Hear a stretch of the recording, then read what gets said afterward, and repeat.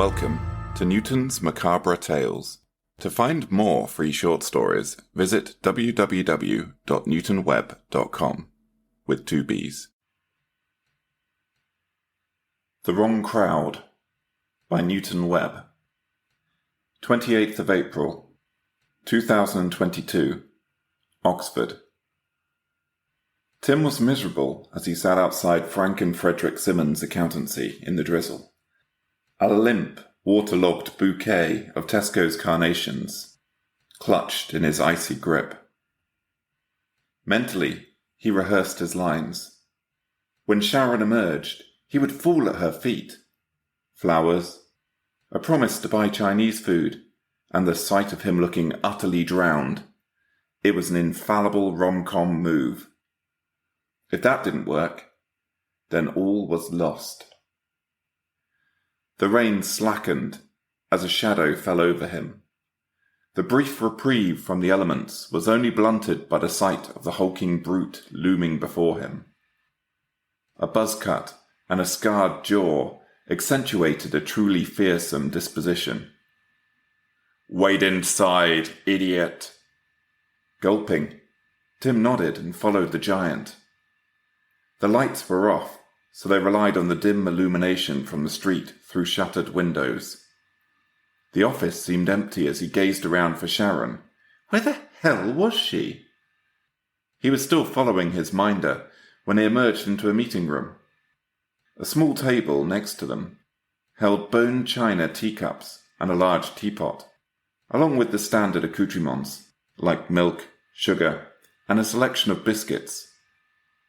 Despite these salubrious offerings, the 4 denizens of the room were drinking a mixed assortment of drinks, all alcoholic, all in cans.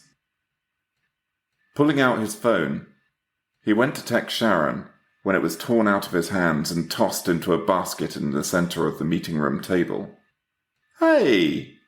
His protest died in his mouth as he saw the hard eyes that fell upon him. Sitting down, he started to speak, but was talked over by the old grey man at the head of the table. "We're late as it is.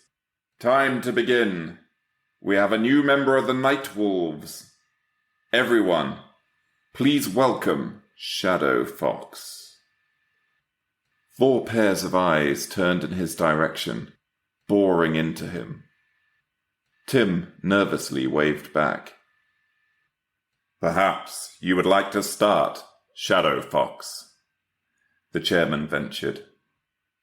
Tim glanced around. "Oh no, I think you've made a huge mistake." "This is a circle of truth. It takes courage to meet up like this. Honesty is the only currency we value here." Once more the chairman gestured. Well, Tim looked around.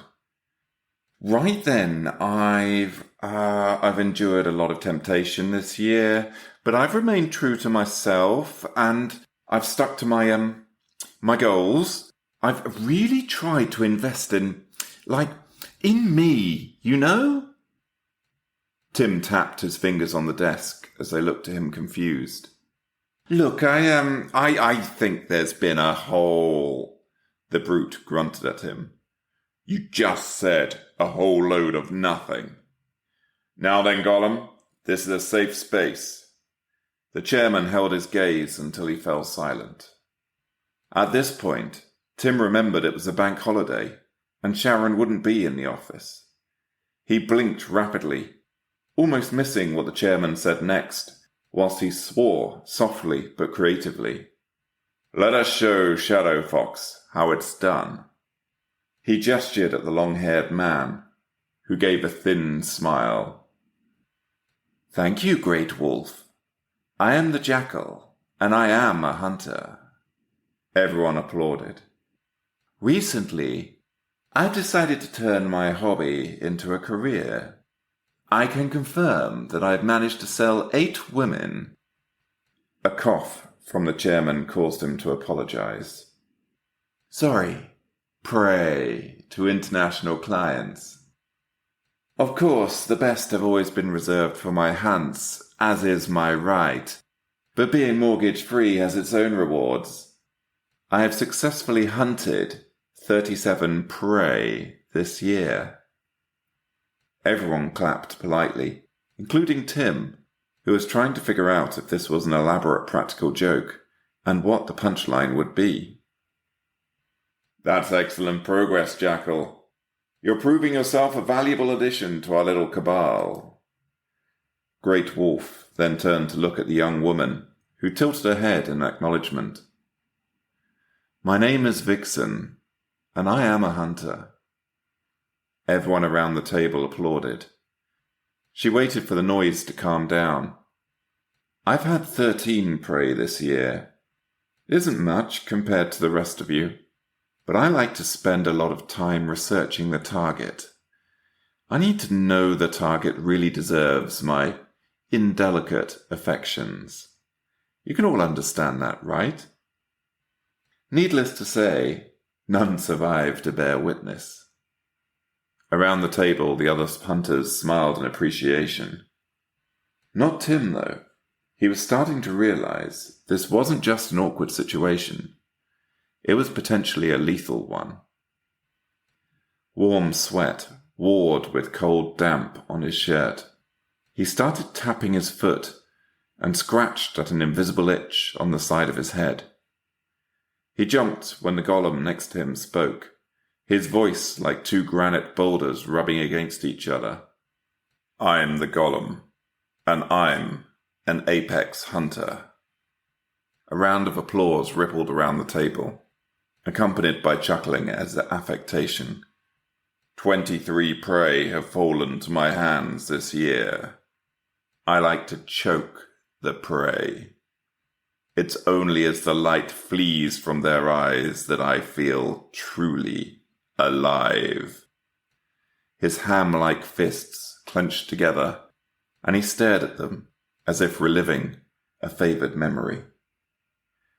They all turned to the Great Wolf.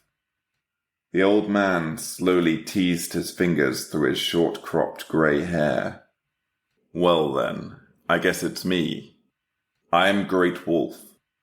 I've hunted 63 prey this year. Every one of them has died whimpering in terror. I've managed to draw out the experience for days, only killing them when they grow numb to my affections." The applause returned with gusto. Then eyes locked onto Tim. "Great, well, this is lovely. I actually need the bathroom." Tim wasn't lying. He had a dry mouth and a full bladder. Of course, it probably had something to do with being in a circle of serial killers and abusers. Great Wolf shook his head as the golem growled. Tim took a deep breath. "Well, me, yes. I've been a proper bastard. Ask anyone. Oh, so many people. I actually don't count anymore. I mean, I'd lost count ages ago. I am such a bastard. He tailed off at the stormy expressions, and then did what he should have done at the beginning. He ran. The golem blocked the exit by the stairs. Turning, he ran through the cubicles to the other end of the office. With horror, he found the fire exit padlocked. He pounded his fist on it and wailed, "This is a clear health code violation!" A hand gripped him and threw him through a metal doorway into a server room. Whimpering, he looked up at the Vixen as she locked the door behind her. Finding an anti-static tissue, she wiped the blood off her blade. Great Wolf is dead. Tim scooted back on his bottom to the corner of the room. "I didn't do it. I promise you I'm not. Clearly, I can smell sin, and you are utterly scentless." Breathing deeply, Tim looked again at her. She had raven black hair, but more than anything, his gaze was drawn to a tattoo, a circle with an arrow through it. "Did you—" His voice quavered. "Yes," she answered immediately. "But why?" "Because they're serial killers of women, and I hunt people who hunt women." She looked over at the door, which shook under the impact of a tremendous blow. "Ah, the golem," she said, looking at the door. "Go out of the window and climb down the drain pipe." "You what?" he spluttered, looking nervously at the window. "Or die here. Your choice." Tim scrabbled for the window, opening it. Sure enough, he found a drain pipe. Looking out, the brackets would sort of work as a ladder. Clambering out, he rapidly realized he was wearing the wrong kind of footwear for these shenanigans. The drizzle made everything about 10 times slippier, but it also calmed him down. It felt like freedom. He made it down to the next bracket. "He's getting away! He went out of that window!" Tim shouted back up towards her. "Bitch! Fucking bitch!" Then sped up his descent. Just above him, he looked into the dead, slate-grey eyes of the golem. Moaning, he nearly fell as his leather shoes struggled to grip the wet drain pipe. "Hurry up, fake fox! I'm getting wet." Glancing down, he saw the jackal standing, testing the sharpness of a large kitchen knife. Tim tried to climb back up the pipe, but it had finally had enough and came away from the wall. The impact forced the breath from his lungs, and the shock of the fall temporarily paralyzed him. Tim looked up to see the jackal looming over him, his greasy hair gleaming in the rain. The jackal sidestepped as Tim tried to kick him. Suddenly, the jackal was distracted and he moved away. "You look like you've taken a beating. Where's the golem?" "Dead," the voice of the vixen sounded. Tim used his feet to shuffle back through the alley until he could slide up against a wall. He heard a series of thuds in the background and redoubled his efforts. Gasping, he looked up at the vixen. "Vixen!" "Not my name," she said, bruised and bleeding. "What is your name?"